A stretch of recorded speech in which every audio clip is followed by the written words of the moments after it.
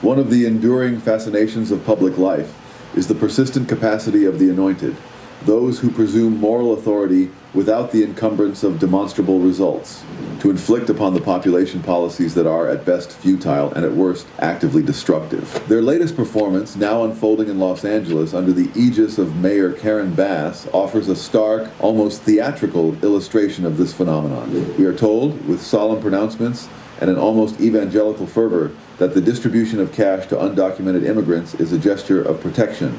But upon closer examination, one finds this to be not a solution, but a surrender, not a policy, but a pathetic stunt designed to signal virtue rather than address reality. Consider, if you will, the underlying premise that by providing a couple $100s on cash cards to individuals who have entered the country outside the established legal framework, one can thwart immigration enforcement. This is not merely a misreading of law, but a profound misapprehension of incentives, a predictable hallmark of the anointed. As an economist, I have spent decades observing that human behavior responds to incentives. To offer short-term handouts, however meager, is to incentivize a cycle of dependency rather than to foster the very self-sufficiency and assimilation that a truly compassionate policy would seek to achieve. This echoes a pattern I explored at length in Black rednecks and white liberals, where well-meaning elites, often insulated from the practical consequences of their grand pronouncements, promote behaviors that ultimately undermine the long-term well-being of the very people they claim to champion. The historical parallels are not difficult to discern for those willing to look beyond the immediate emotional appeal. My work has often highlighted the chapter of American history concerning antebellum gentility, a period when a certain liberal paternalism, driven by lofty intentions, nonetheless ignored the unintended consequences of the incentives it created. The distribution of cash cards to individuals who have disregarded immigration laws is a contemporary manifestation of this same intellectual and moral blindness. It is a gesture, a symbolic act, intended to make the givers feel righteous, while the recipients are left adrift in a system that offers temporary relief at the expense of genuine integration and accountability. The tragic irony is that such policies, far from ameliorating hardship, often entrench dysfunction and perpetuate the very problems they purport to solve. Indeed, federal officials, far from being swayed by this theatrical display, have pointed out that Mayor Bass's gesture serves only to distract from the more pressing and genuine perils facing communities like MacArthur Park, where gang violence and homelessness are genuine perils. The self-congratulatory class, in its infinite wisdom, often treats civic problems as if they were moral essays, requiring only the correct pronouncement of righteous indignation to be solved. Thus, immigration enforcement is cast as a moral villain, rather than a necessary, albeit complex, function of a sovereign nation. Consequences of such a worldview are clear. The genuine challenges of integration, the fundamental necessity of the rule of law, and the very real economic costs all are ignored in favor of a narrative that allows the anointed to maintain their desired self-image.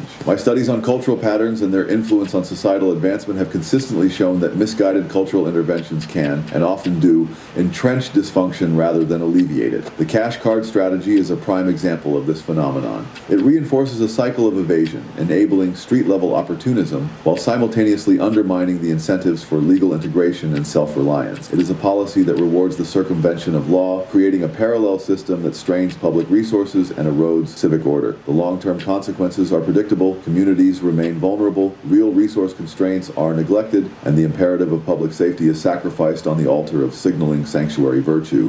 Furthermore, Mayor Bass's insistence on demanding FOIA demands and protocol training from federal officials, framing federal enforcement as somehow illegitimate, is a transparent attempt to centralize blame and deflect scrutiny from local failures. This approach, rather than fostering cooperation to address complex challenges, seeks to undermine the very concept of a national framework of law. It is a dangerous precedent, inviting a breakdown of authority and signaling that legal obligations are negotiable. When political leaders, particularly at the municipal level, engage in such public defiance of federal law, they empower lawlessness and demoralize those tasked with maintaining order. The question arises, what stops mayors from ignoring state laws or citizens from flouting local ordinances if the highest echelons of local government demonstrate such contempt for established legal processes? The answer, history tells us, is a fractured society where power, not principle, reigns supreme.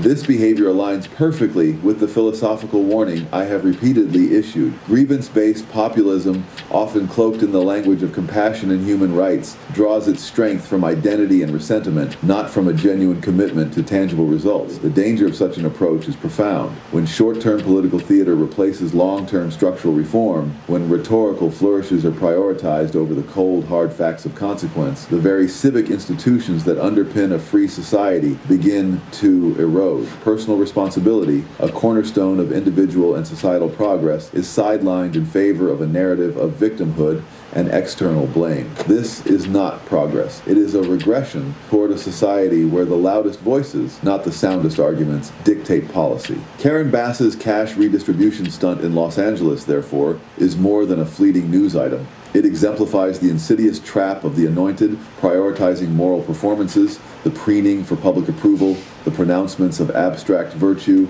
over the empirical outcomes that truly matter to the lives of ordinary citizens. It is a repetition of the errors of white liberal welfare poses, explored in detail in Black Rednecks and White Liberals, which, with all their benevolent intentions, ultimately reinforce the very problems they claim to solve. The cost of such indulgence is not merely financial. It is paid in the erosion of institutional trust, the undermining of the rule of law, and the perpetuation of cycles of dependency and disorder. A society that sacrifices fairness for ideology cannot sustain the trust needed for progress, and without progress, the most vulnerable are inevitably left behind. This is not a matter of isolated error. It is a systemic failure rooted in a worldview that fundamentally misapprehends how human beings respond to incentives and how societies function. The tragic implications of such a vision are not confined to a single city, but ripple outwards, setting dangerous precedents for the nation as a whole. The intellectual vacuity and moral conceit that underpin such policies are a far greater threat to the social fabric than any individual act of defiance. When leaders refuse to confront reality with unvarnished facts, they condemn those they purport to help to perpetual cycles of disadvantage, all while congratulating themselves on their perceived compassion. This is the enduring lesson